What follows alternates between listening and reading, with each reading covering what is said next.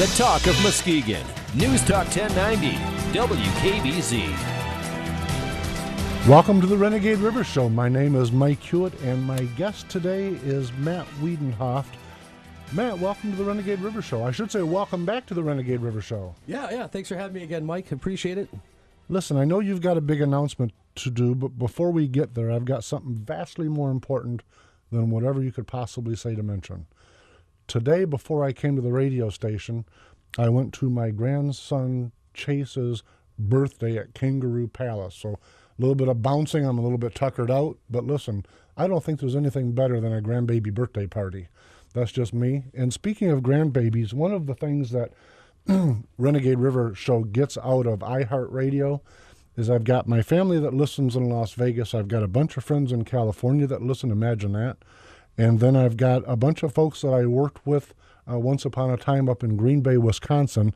And on a birthday note, one of their names is Brian Farrell, and he asked me on Facebook to do a shout-out. And I'm not big for shout-outs, but listen, Brian Farrell's a very nice guy. Happy birthday, Brian. Now, Matt, let's get down to some brass tacks politics. You've got an announcement today. Tell me what we're doing. Yeah, I'm pretty excited. I got a big announcement for today. I am announcing my candidacy for the 89th District, Michigan State House of Representatives. You got to help me a little bit here. When you and I last talked, you were, I think, on the verge of becoming a U.S. Senate candidate. Is that correct? Yes, it is. And what's the big change? Well, I really wanted to make a statement with that race, but after looking closer at Lansing and studying more about what's going on there, I just felt that it became clear I had to do something more that was impactful. I'm a little bit taken back. I think good for you.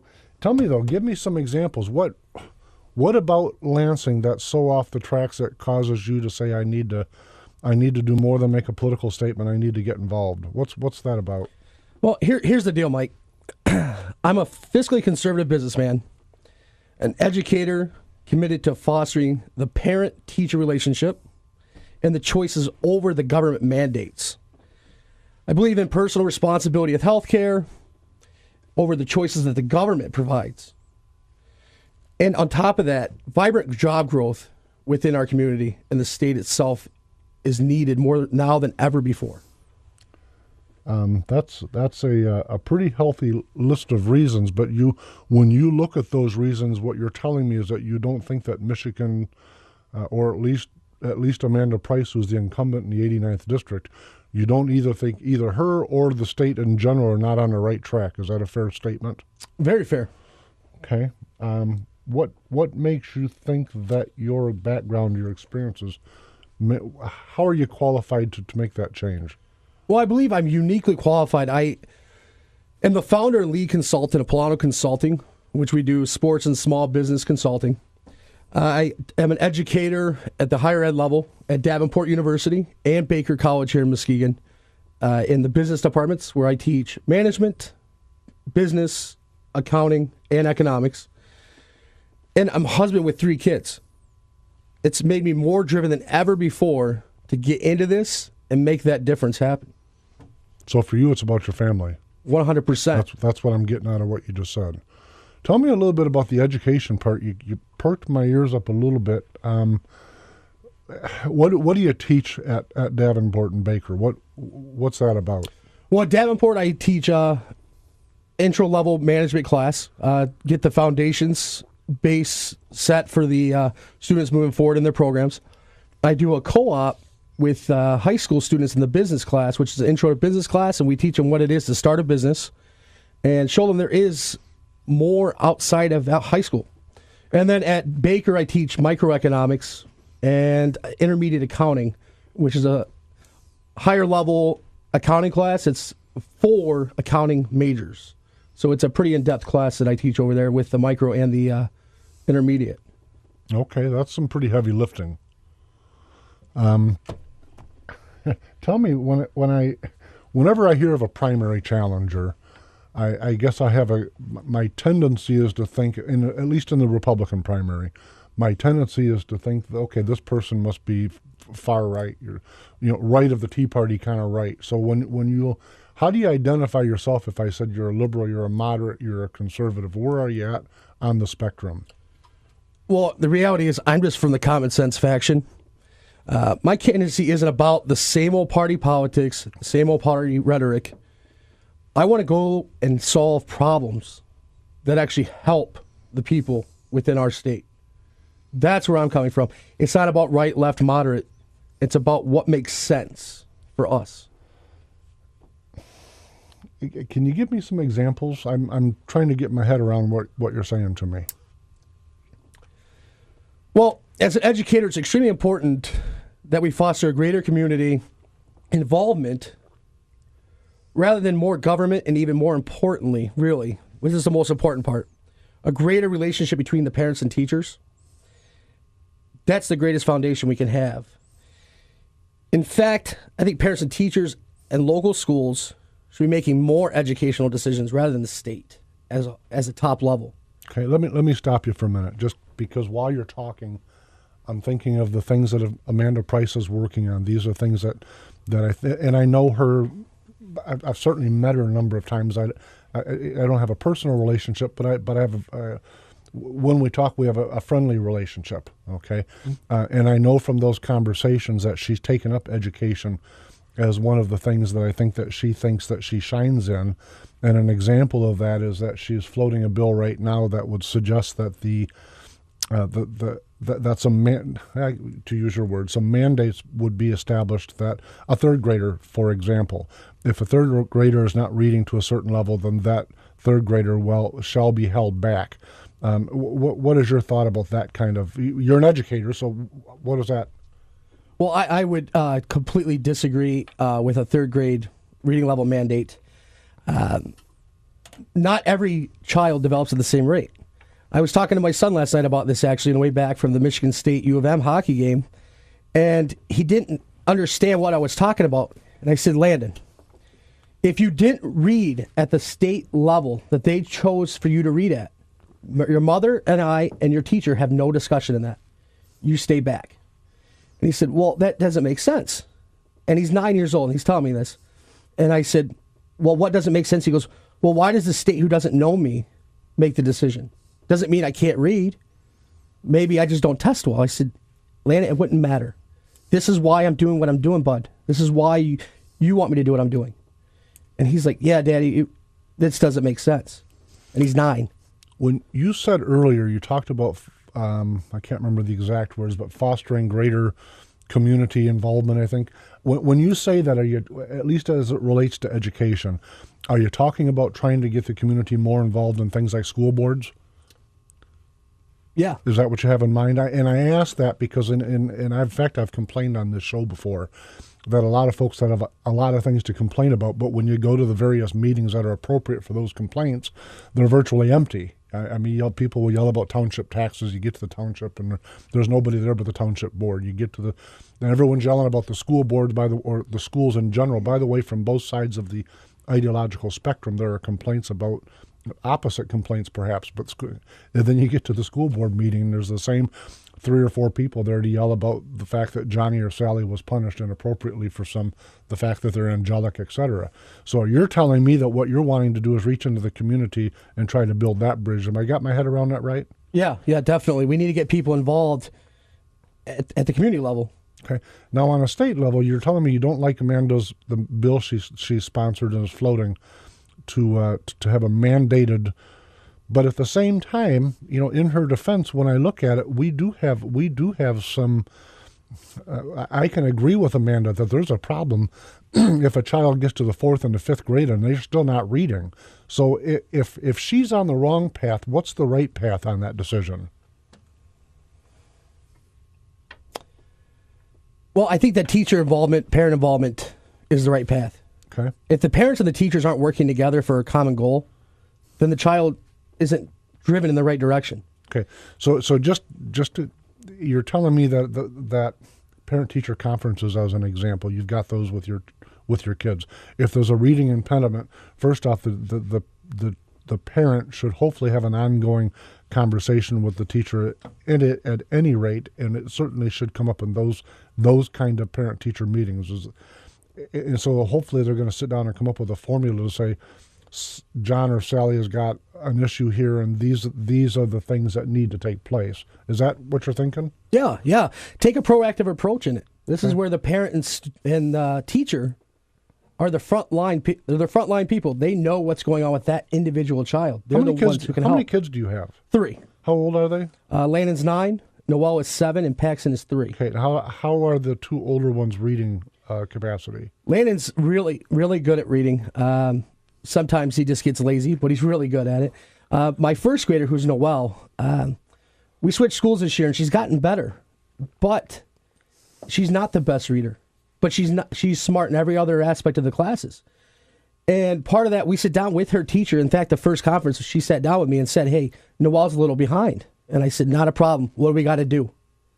And we've put out a game plan and started reading with her, getting her to read books that were a little more difficult because the challenge pushed her. Noelle likes to slack a little bit, which is really funny, but we pushed her a little bit harder with a little bit more difficult, so it made it easier to come back to the easy side. Folks, we're going to go to a break, and we will be right back.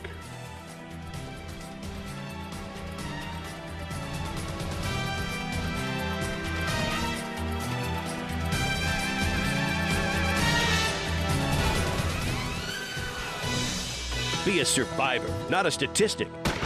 Renegade River in Spring Lake has new and used handguns, hunting guns, sporting goods, and survival gear. Protect your rights and your freedom. Ask about their CPL classes. Renegade River, next to the police station in downtown Spring Lake. You put in 10 hours at the office. When you get home, there's a leak to be fixed, a softball team to coach, and a science project that needs help. Once you finish being Superman, you click the iHeartRadio app on your smartphone and listen to the station you created just for days like this. 1, 2, 3, 4. You've earned it. 1,500 radio stations, 18 million songs to create your own. Text IHR to 45495 to download the app or listen at iHeartRadio.com. Homeowners, now is a perfect time for you to have Lasco service your plumbing, heating, drain, and water treatment systems. Remember, you can even call us after work or on the weekends when you're available, and we'll be there for you. At Lasco, we answer our phones, show up at your convenience, and give you a guaranteed price and rating before we start any work.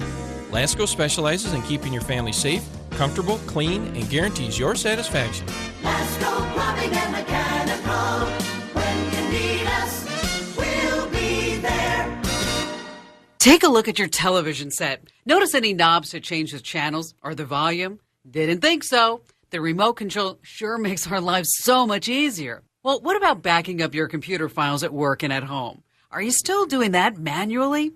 I use Carbonite Online Backup because I need to know that my files are being backed up to the cloud with the latest technology. Please, don't risk losing your files. Get Carbonite today and make sure your files are backed up to the cloud too, automatically and continually. And if you run a small business or if you work at one, Carbonite will back up all your computers, servers, and external drives. For affordable cloud backup at work and at home, the only thing you need to remember is Carbonite. Start a free trial at Carbonite.com today. No credit card required. It really is a risk-free trial. And when you use promo code KIM, you get 2 free bonus months with purchase. Get Carbonite today and make sure your files are all backed up to the cloud. That's Carbonite.com, promo code KIM. I will never forget the day my son Jeremy told me he hated me and slammed the door in my face. I'm behavioral therapist Janet Lehman. Behavior problems can turn the child you love and your life into a nightmare. That's why my husband James and I created the Total Transformation, the step-by-step program that shows you how to fix the worst behavior problems and get your child to respect and listen to you again. No matter what the behavior, defiance, backtalk, angry outbursts, disrespect, we can help you stop it. Now you can get the Total Transformation for free. All you need to do is get the program and let us know how it works for you. You can keep it forever for free. Limited number of free programs available. Call now. 1-800-494-0326. 1-800-494-0326. That's 1-800-494-0326. 1-800-494-0326. Renegade River in Spring Lake wants to buy your used handguns and hunting guns. Renegade River, your hunting, camping, and survival store. Stop Stop in and check out their new and used firearms, sporting goods, Army and Navy supplies, and survival gear. Downtown Spring Lake, next to the police station. Welcome back to the Renegade River Show. My name is Mike Hewitt, and we're in today with Matt Wiedenhoeft, who has announced his candidacy for the State House of Representatives in the 89th District. That makes him a primary challenger. And we've got a lot of topics on the table. I want to pick up on education a little bit longer, then we'll segue into healthcare and a handful of other questions I got to throw at you. But one of the things that you had me thinking on when we left off was you're talking about brain development, and it's up to the parent and the child to determine whether it's a learning impediment, if it's a developmental issue, if simply reading at home with the parents is a viable thing. Now, do you, in your family, let's take the 3-year-old who's working herself. It is a girl, right? Paxton, boy, Paxton, who's working himself towards a path that we're on. You and your wife reading to him. What kind of foundation are you building for him? Yeah, we read with him. He actually sits with us as we read with our daughter too. Every night when we're reading with her, he's sitting there reading with us. Okay. We have her read books to him too with us while we're sitting there reading them. So we kind of make it a family thing at night where we all sit on the couch and let her read, then we read, and then she reads to him. So it also benefits everybody all around, and we have a good time doing it. One of the things my daughters, all 4 of them are grown and married, and I've got grandbabies. Like I mentioned, I went to kangaroo. I'm still tired from that, but when I listen to those things and then I reflect on my own childhood, I'll give you an example for my own self. I mentioned my daughters because they all developed at different times in different ways. So for me, linguistics, I've always been pretty good at that. I could pick up English. Although sometimes on the radio I wrestle with it, it seems like, and draw blanks for words. But I'm fairly good with it and always have been. It was one of my stronger areas. My weaker area has always been math. So I listened, you talk about accounting and all of those things, and I'm mildly jealous. But I remember in school, a little bit older than 3rd grade, but when they're typically or normally teaching algebra as an example, man, I couldn't get my head around that to save my life. Now, but I was fairly strong in all of the other areas. And then there came a point later on, of course too late, by the way, but later on when I went, why was that such a tough thing? It's obvious. And I think it's part of where it's got to be brain development. I think that I don't know if it would have been good to alter my life path by holding me back a grade or so, or advancing me, by the way, for an individual topic. And so in this, I think you and I agree, but it's a slippery slope, because I will tell you that Amanda's heart is in the right place. I know her well enough that I can say that. We don't have to always agree, but her heart's in the right place. So on education, we talk. One of the biggest topics this past year has been Common Core. And I don't think my opposition to Common Core is a secret. I've talked about it on the air significantly. By the way, I've had a number of candidates for different House races on the show over the last several months, and asked each one of them the same question, so you're stuck with it also. If you would have already been in office, how would you have voted on Common Core and why? I would have absolutely voted no on Common Core. This is not a positive step in the right direction to make it a positive impact on our education. It's far more to do with selling books rather than preparing the students for a self-reliant future. I got to tell you, let me stop you. The self-reliant future thing is pretty paramount for at least me. Now, I don't know where Common Core comes down on that, but I will tell you that when I look at myself as a father, when my daughters were growing up, the primary responsibility I felt that I was charged with was to make sure that they could grow up and be as self-reliant as they chose to be. And I mean that most literally. If they want to have get married and have kids, if they wanted to be entirely reliant on her husband or not reliant at all, I wanted them to have the backbone and the capacity to make that as a conscious decision, not a necessity decision. And so when I think about education, and you're talking about parents and teachers, I approach it with that state of mind because I genuinely think that's one of the primary charges of a parent. But in the application that you put it in, how do you think Common Core detracts from self-reliance? What are you telling me with that? Well, kids have to learn in the way that's best for them. The parents and the teachers have to make that decision. We're going too much from what they call in management a top-down system. The CEO is making all the decisions for the bottom level. They don't know the bottom level. We need to be going from a bottom-up approach, where our bottom level, which is our front line, the parents and the teachers who directly know what we call our customer, our children, what they need and how they need it. Okay. And you're saying that if we give them this foundation education, that's parents working with kids and parents working with teachers, that's going to end up equating to a self-reliant, a grown-up? Yeah, Words? Yeah, definitely. Because what you're showing the children is, I make the decision to succeed. Nobody else is going to. They're not going to tell me how I have to do it. I make that choice so that develops into other better choices. And with the guidance between the parent and the teacher, showing them that we care, you have the tools to do it, you can make these decisions on your own and make something good out of it. You don't need somebody interfering and telling you that you have to do it. It's better to make that choice rather than be told. When I look at Common Core, it looks to me, and I've had Melanie Kurds on the show before, who's probably one of the leading activists people that in terms of knowledge, at least in the state of Michigan. She's probably one of the most knowledgeable people that took an active role in trying to defeat Common Core. To me, it's a little bit like Amanda's third grade thing in as much as it makes blanket policies. And I happen to agree with you, by the way. I think the agenda is to sell books, not educate kids. And so that makes it a corporate agenda. But then I look and say, okay, what's the government got to do with it? And it always seems to be follow the money. Because just like No Child Left Behind was a train wreck, this appears to be chasing after federal funds and chasing after book sales and chasing after a lot of things that I don't think have a whole bunch to do with teaching kids. Am I off the path with that kind of thinking? No. I believe that you follow the money and you're seeing the trail. You're picking it up. And oftentimes when we see there's a bad, in our opinion, type of influential decision like this, you can follow that trail and find out where it leads. And it doesn't often lead to the people in our district. We're supposed to represent our district.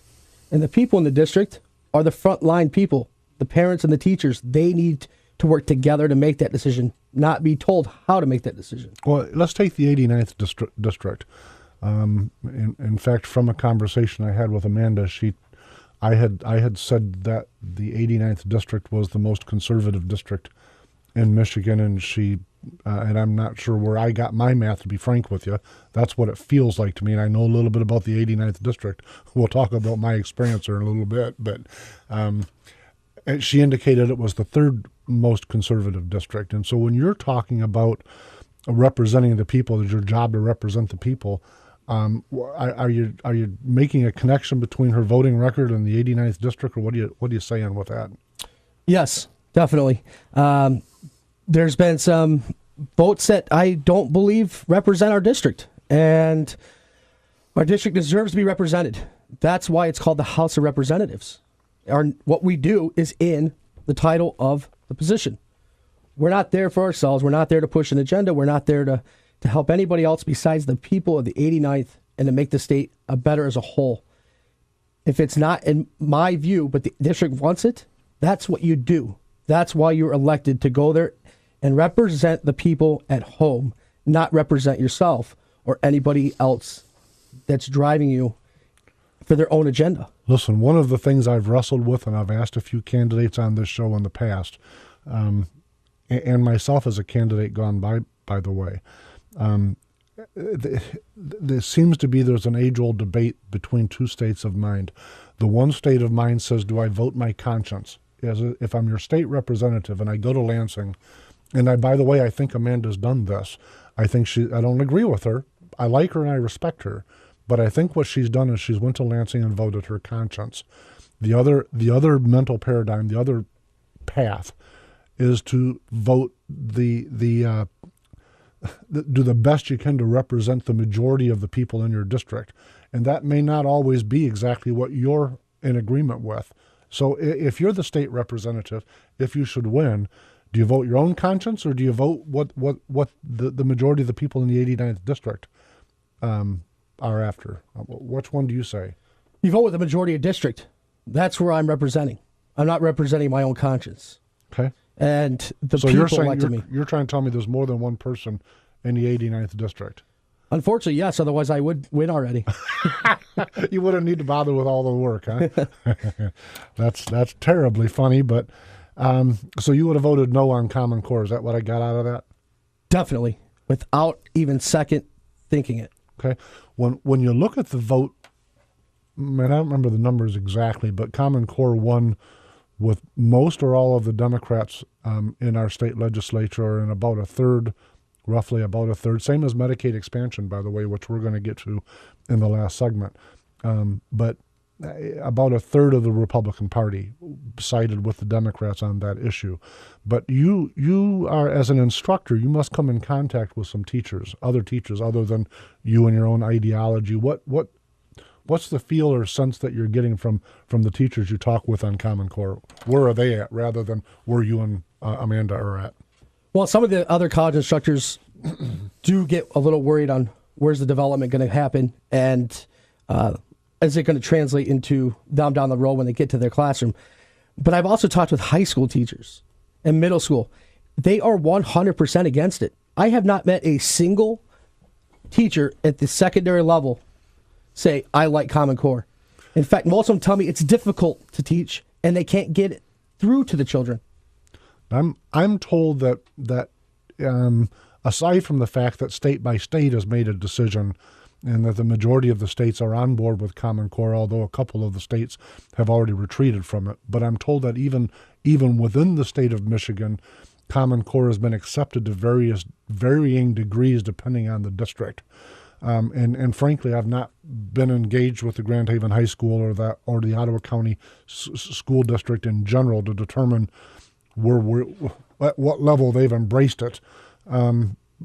But are you saying that if you were, let's make you a superintendent of a school district for a minute, if there were any choice for you to retreat from it, even though it's something our state legislation has passed, it's something you would try to retreat from as a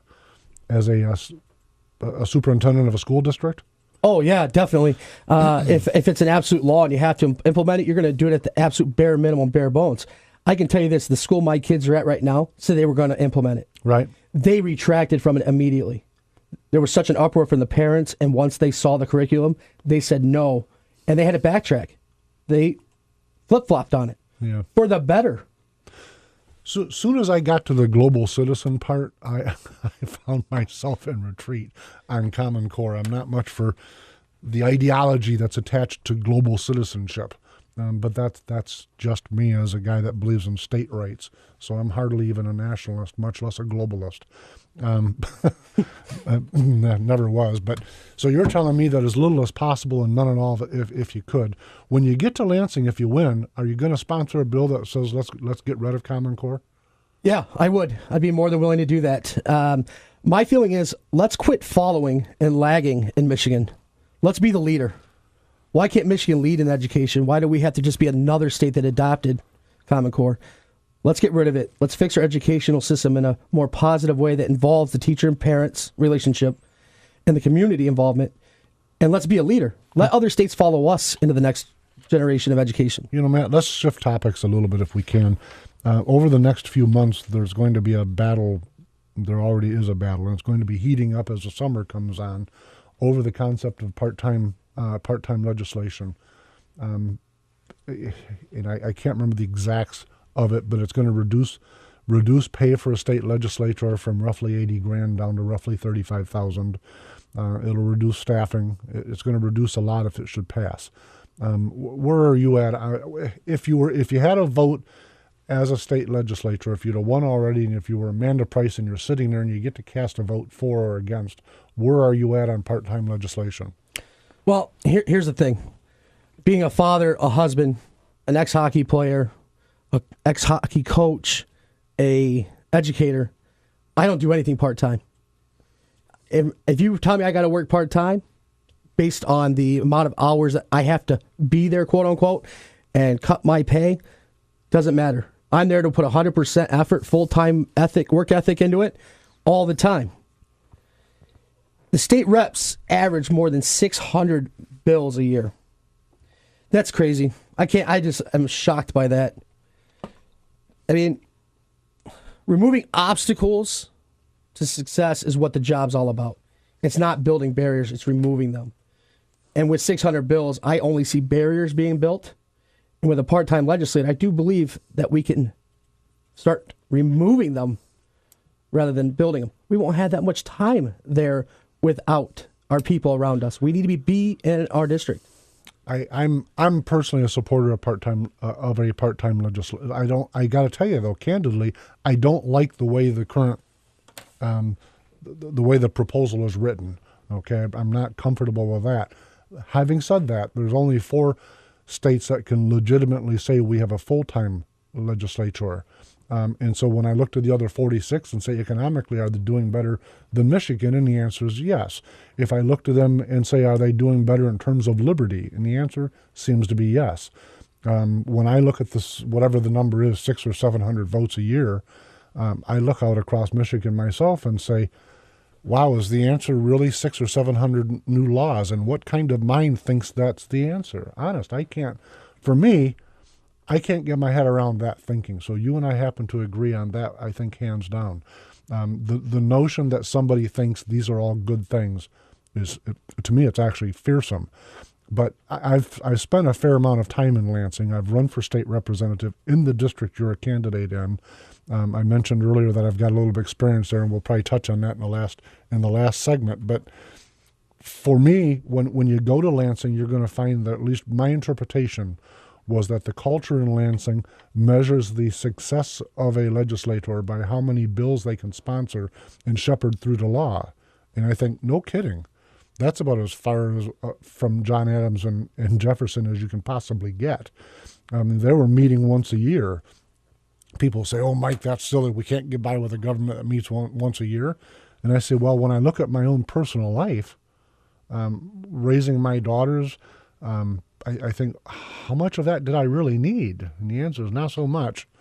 That's my answer. So you and I are in agreement with that, but it can be a slippery slope. Tell me this, taxes, where are you at? Increase, decrease? Well, I grew up listening and watching Ronald Reagan, my favorite president of all time, and he demonstrated that all ships truly do rise on a high tide. What this means is we have to build our economy, and being in favor of lowering taxes is proven to be the truth and the effectiveness. You've got it. News Talk, News Talk 1090. Folks, WKBZ. we'll be right back.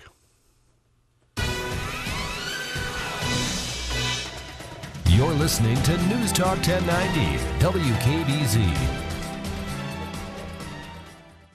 Be a survivor, not a statistic. Renegade River in Spring Lake has new and used handguns, hunting guns, sporting goods, and survival gear. Protect your rights and your freedom. Ask about their CPL classes. Renegade River, next to the police station in downtown Spring Lake. Know your college basketball? Enter the News Talk 1090 Bracket Buster Contest, and you could earn a cool $1,000,000. That's right, a perfect bracket is worth $1 million, but you gotta register first. So go to newstalk1090.com now and sign up your team. The top 3 finishers get $125 in merchandise from the Gold and Diamond Center at Gold Recyclers, plus $75 gift cards from Bellocino's and Cricket's Pub, courtesy of Greenscape Lawn. Registration deadline is March 20th at noon. So enter now, and good luck from News Talk 1090 WKBZ. When you're deciding where to entrust eye care for yourself and those you love, enlist the aid of Shoreline Vision.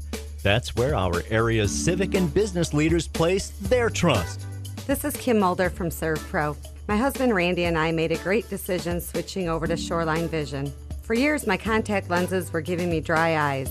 Dr. Namitz in Spring Lake put me in different contacts that honestly have taken away my problem with dry eyes. This is an awesome thing.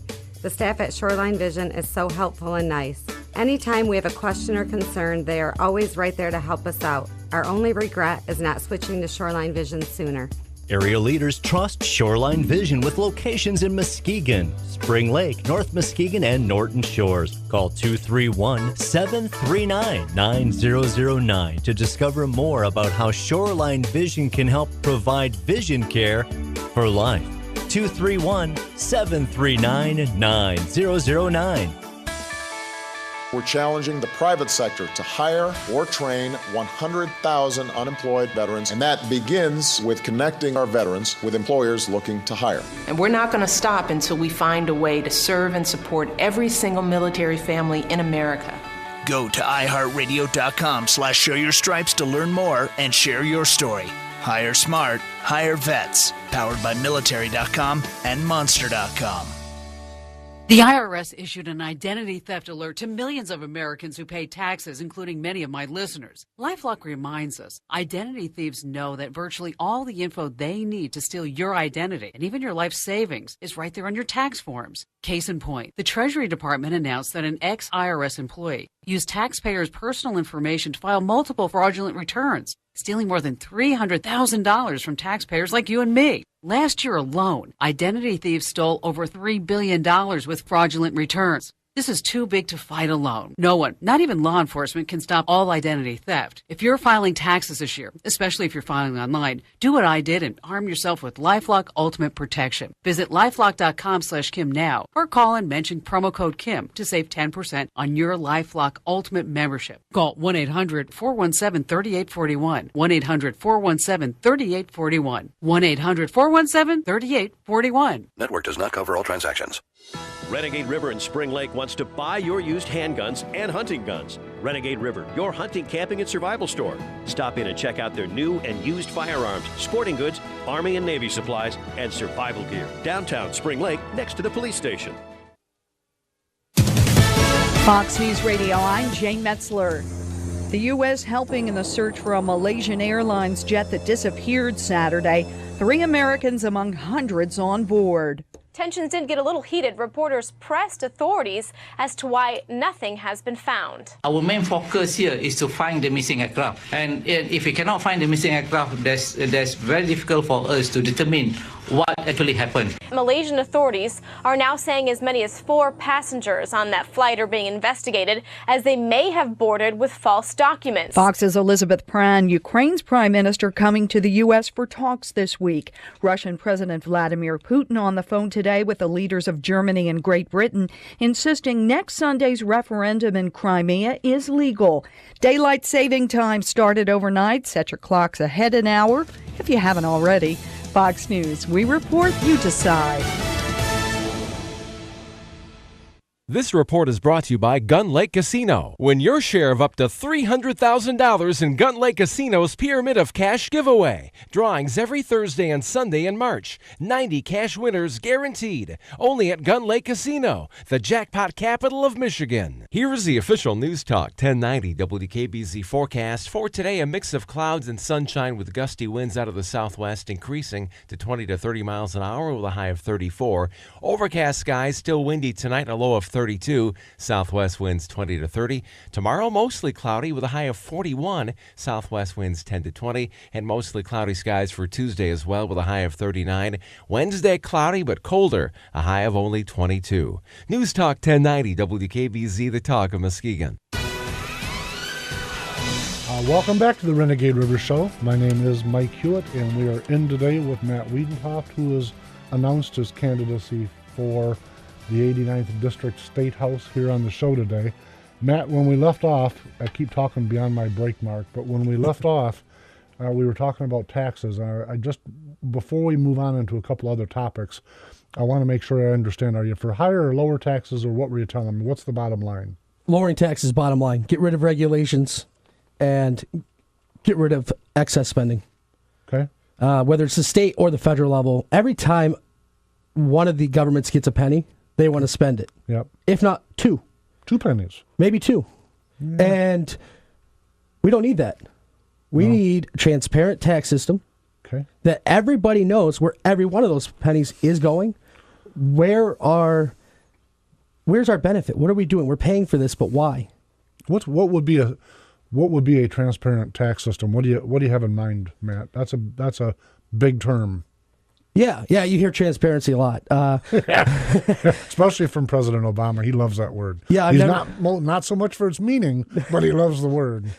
Sounds good. Yeah. What I mean is a flat tax, a fair tax. It doesn't really matter as long as it's out there for people to actually see and understand. So you're saying you would be either a flat taxer or a fair taxer.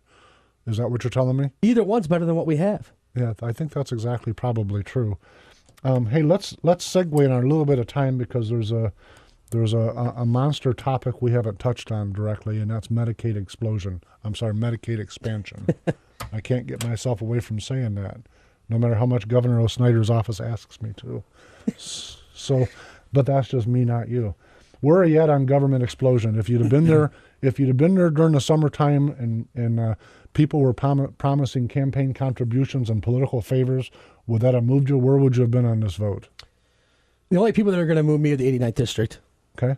By the way, on that topic, where do you think the 89th district is on Medicaid explosion?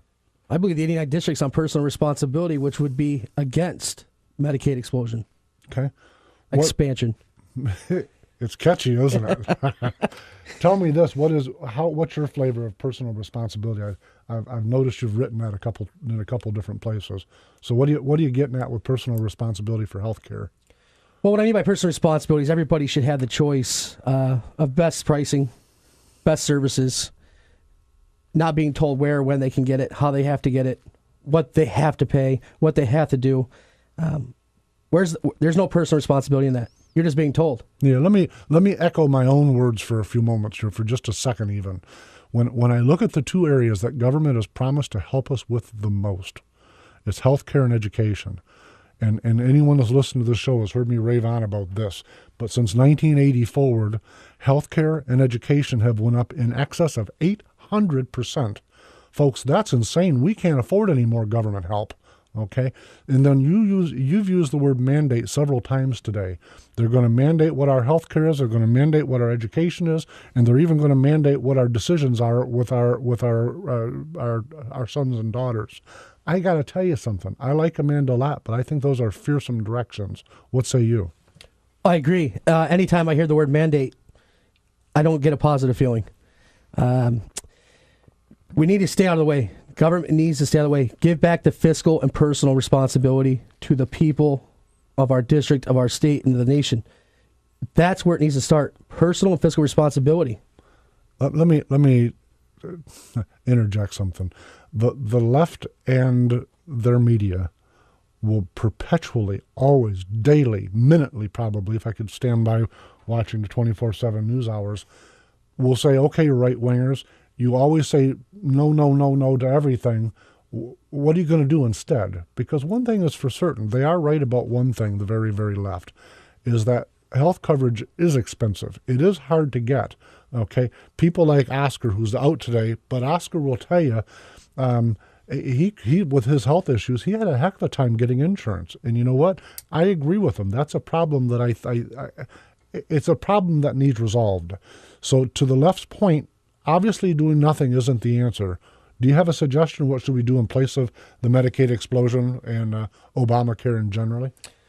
Well, my mom has a similar issue with diabetes and other health problems. To get insurance is next to impossible. Okay. And I do believe that is a problem. Yep. Nothing should say I can't get it. It's a free marketplace. If I had the money to buy it, I should be able to buy it. Right. Should they be able to gouge me? No. We should have where we had the ability for competing markets. Are you trying to tell me you think that $9 for an individual Motrin tablet is gouging? Yeah, because I can go buy two for $2.88 at Target, 40 of them. I suppose you think a $6 cotton ball is too much to ask for, too. Yeah, because at the dollar store I can get 150 of them. Let me ask you this. I've said a number of times on this show that I think that my own personal answer, and my answer when I look at healthcare is to find a way that actually fosters or promotes or grows personal responsibility, to use your words. The only way I know of to do that is to give people some skin in the game. Okay, when I look at, and we break it down real briefly, I look at Medicaid explosion.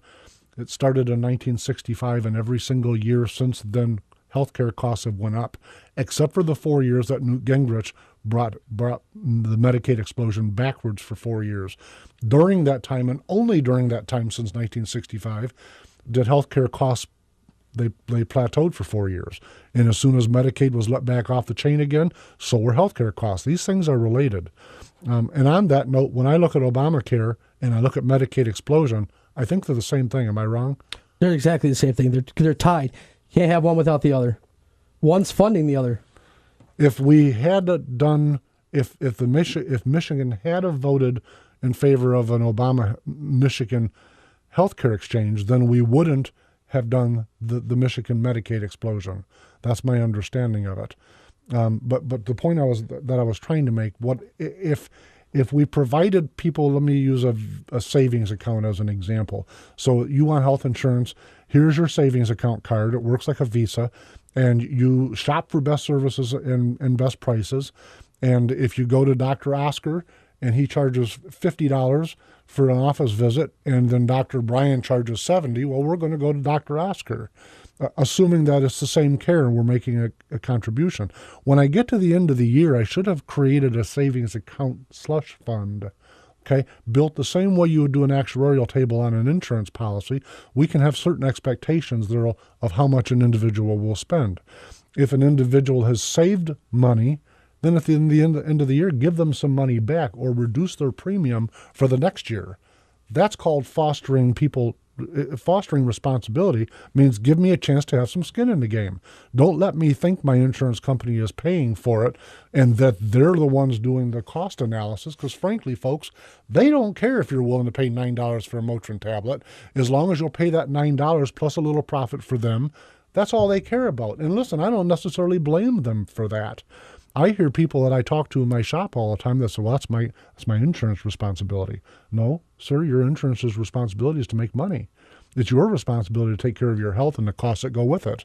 Am I talking out to lunch here? Am I nuts, or what do you think? No, you're right. In the management classes, we talk about the number one responsibility of a corporation, which, just so we're clear, a corporation is a piece of paper.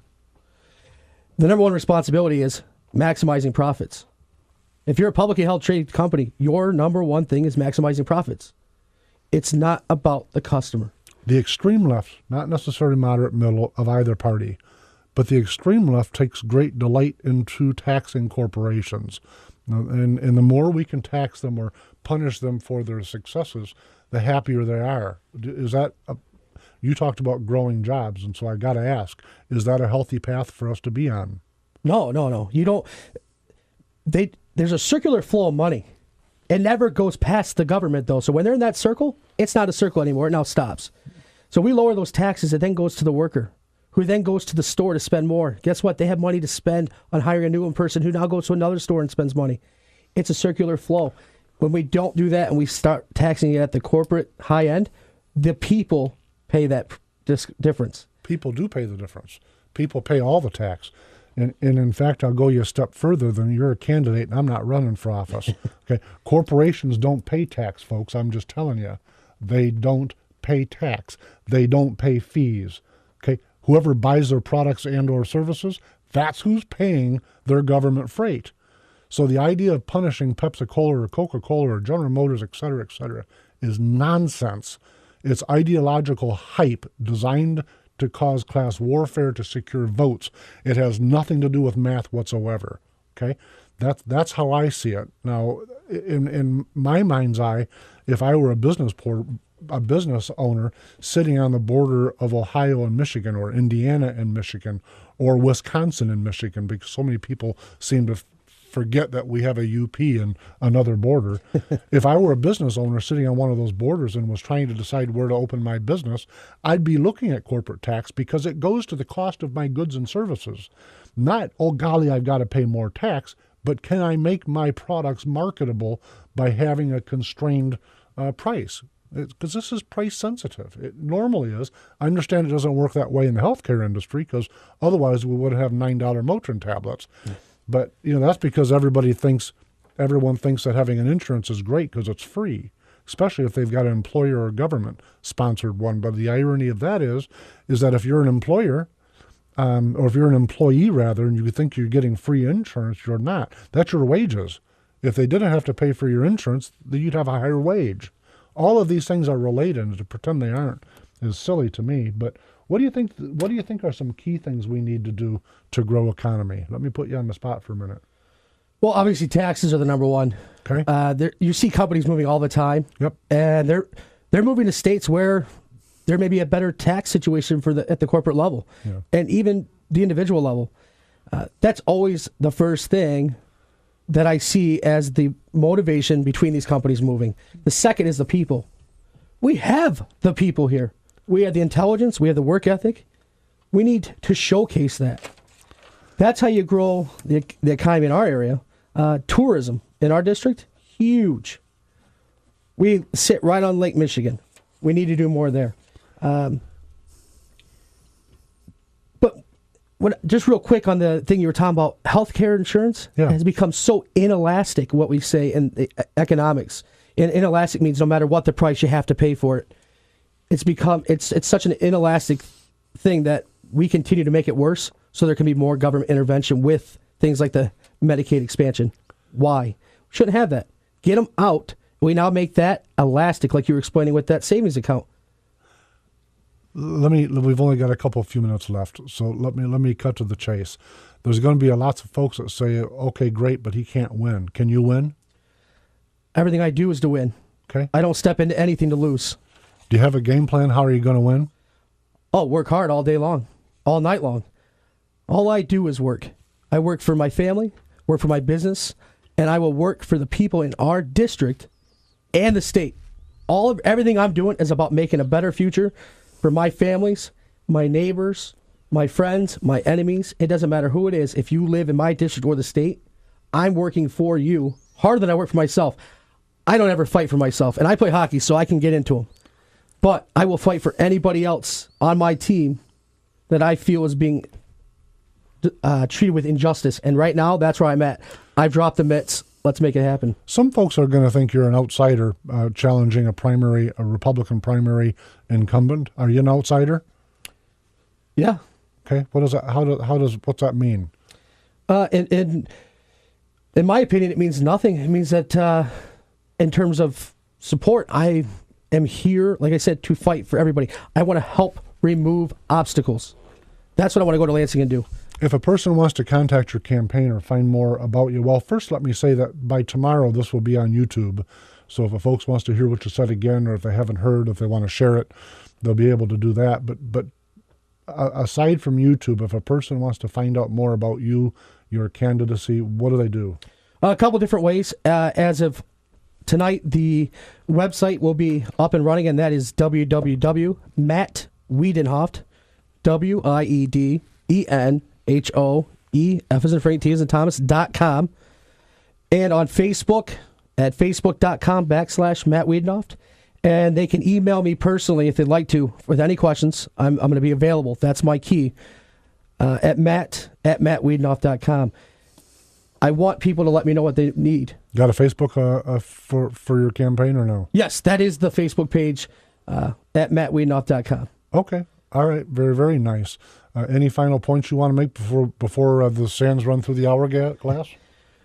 We need to make a better district for ourselves, for our families, and get back to personal and fiscal responsibility. We're getting away from it. We need to bring it back. This is what we want. This is what the district has clearly stated they wanted. Let's make it happen. Sounds like individual ruggedness and American spirit to me.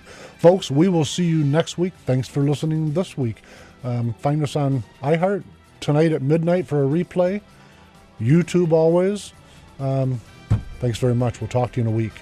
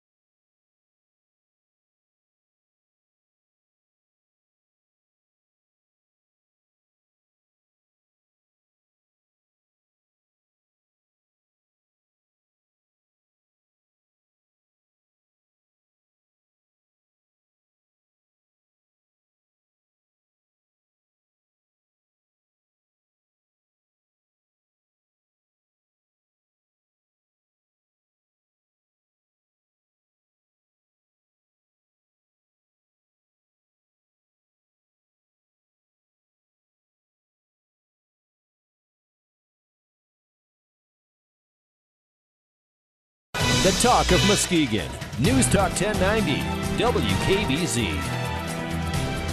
Welcome to the Renegade River Show. My name is Mike Hewitt, and my guest today is Matt Wiedenhoeft. Matt, welcome to the Renegade River Show. I should say welcome back to the Renegade River Show. Yeah. Thanks for having me again, Mike. Appreciate it. Listen, I know you've got a big announcement to do, but before we get there, I've got something vastly more important than whatever you could possibly say to mention. Today, before I came to the radio station, I went to my grandson Chase's birthday at Kangaroo Palace. So a little bit of bouncing, I'm a little bit tuckered out, but listen, I don't think there's anything better than a grandbaby birthday party. That's just me. And speaking of grandbabies, one of the things that Renegade River Show gets out of iHeartRadio is I've got my family that listens in Las Vegas. I've got a bunch of friends in California that listen. Imagine that. And then I've got a bunch of folks that I worked with once upon a time up in Green Bay, Wisconsin. And on a birthday note, one of their names is Brian Farrell, and he asked me on Facebook to do a shout-out. And I'm not big for shout-outs, but listen, Brian Farrell's a very nice guy. Happy birthday, Brian. Now, Matt, let's get down to some brass tacks politics. You've got an announcement today. Tell me what we're doing. Yeah, I'm pretty excited. I got a big announcement for today. I am announcing my candidacy for the 89th District, Michigan State House of Representatives. You got to help me a little bit here. When you and I last talked, you were, I think, on the verge of becoming a U.S. Senate, right of the Tea Party kind of right. So how do you identify yourself? If I said you're a liberal, you're a moderate, you're a conservative, where are you at on the spectrum? Well, the reality is I'm just from the common sense faction. My candidacy isn't about the same old party politics, same old party rhetoric. I want to go and solve problems that actually help the people within our state. That's where I'm coming from. It's not about right, left, moderate. It's about what makes sense for us. Can you give me some examples? I'm trying to get my head around what you're saying to me. Well, as an educator, it's extremely important that we foster a greater community involvement rather than more government, and even more importantly, really, which is the most important part, a greater relationship between the parents and teachers. That's the greatest foundation we can have. In fact, I think parents and teachers and local schools should be making more educational decisions rather than the state as a top level. Okay, let me stop you for a minute, just because while you're talking, I'm thinking of the things that Amanda Price is working on. These are things that and I know her. I've certainly met her a number of times. I don't have a personal relationship, but I have. When we talk, we have a friendly relationship. Okay, and I know from those conversations that she's taken up education as one of the things that I think that she thinks that she shines in. And an example of that is that she's floating a bill candidate. Is that correct? Yes, it is. And what's the big change? Well, I really wanted to make a statement with that race, but after looking closer at Lansing and studying more about what's going on there, I just felt that it became clear I had to do something more that was impactful. I'm a little bit taken back. I think good for you. Tell me, though, give me some examples. What about Lansing that's so off the tracks that causes you to say, I need to do more than make a political statement. I need to get involved. What's that about? Well, here's the deal, Mike.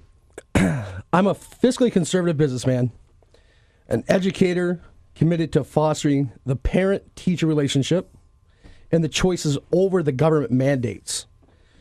I believe in personal responsibility with health care over the choices that the government provides.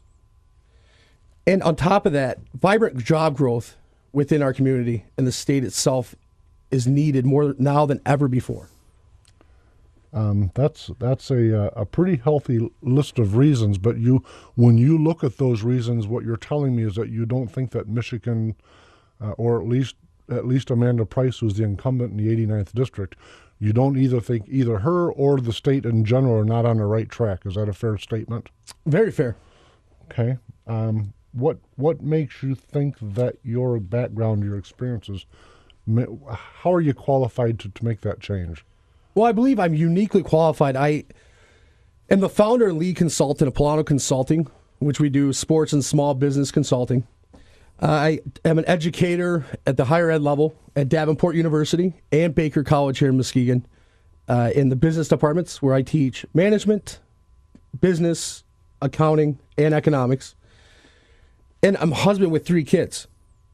It's made me more driven than ever before to get into this and make that difference happen. So for you, it's about your family. 100%. That's what I'm getting out of what you just said. Tell me a little bit about the education part. You perked my ears up a little bit. What do you teach at Davenport and Baker? What's that about?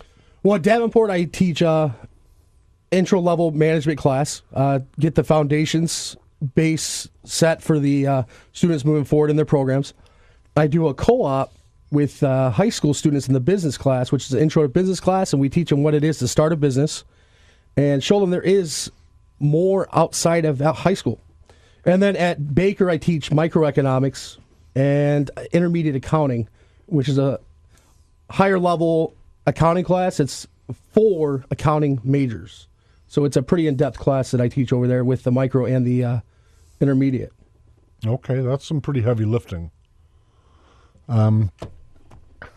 Tell me, whenever I hear of a primary challenger, I guess I have my tendency is to think, at least in the Republican primary, my tendency is to think, okay, this person must be far right now. That would suggest that that some to use your word, some mandates would be established that a third grader, for example, if a third grader is not reading to a certain level, then that third grader shall be held back. What is your thought about that kind of? You're an educator, so what is that? Well, I would completely disagree with a third grade reading level mandate. Not every child develops at the same rate. I was talking to my son last night about this actually on the way back from the Michigan State U of M hockey game, and he didn't understand what I was talking about. And I said, Landon, if you didn't read at the state level that they chose for you to read at, your mother and I and your teacher have no discussion in that. You stay back. And he said, well, that doesn't make sense. And he's 9 years old, and he's telling me this. And I said, well, what doesn't make sense? He goes, well, why does the state who doesn't know me make the decision? Doesn't mean I can't read. Maybe I just don't test well. I said, Lana, it wouldn't matter. This is why I'm doing what I'm doing, bud. This is why you want me to do what I'm doing. And he's like, yeah, Daddy, this doesn't make sense. And he's 9. When you said earlier, you talked about, I can't remember the exact words, but fostering greater community involvement, I think. When you say that, are you, at least as it relates to education, are you talking about trying to get the community more involved in things like school boards? Yeah. Is that what you have in mind? And I ask that because, in fact, I've complained on this show before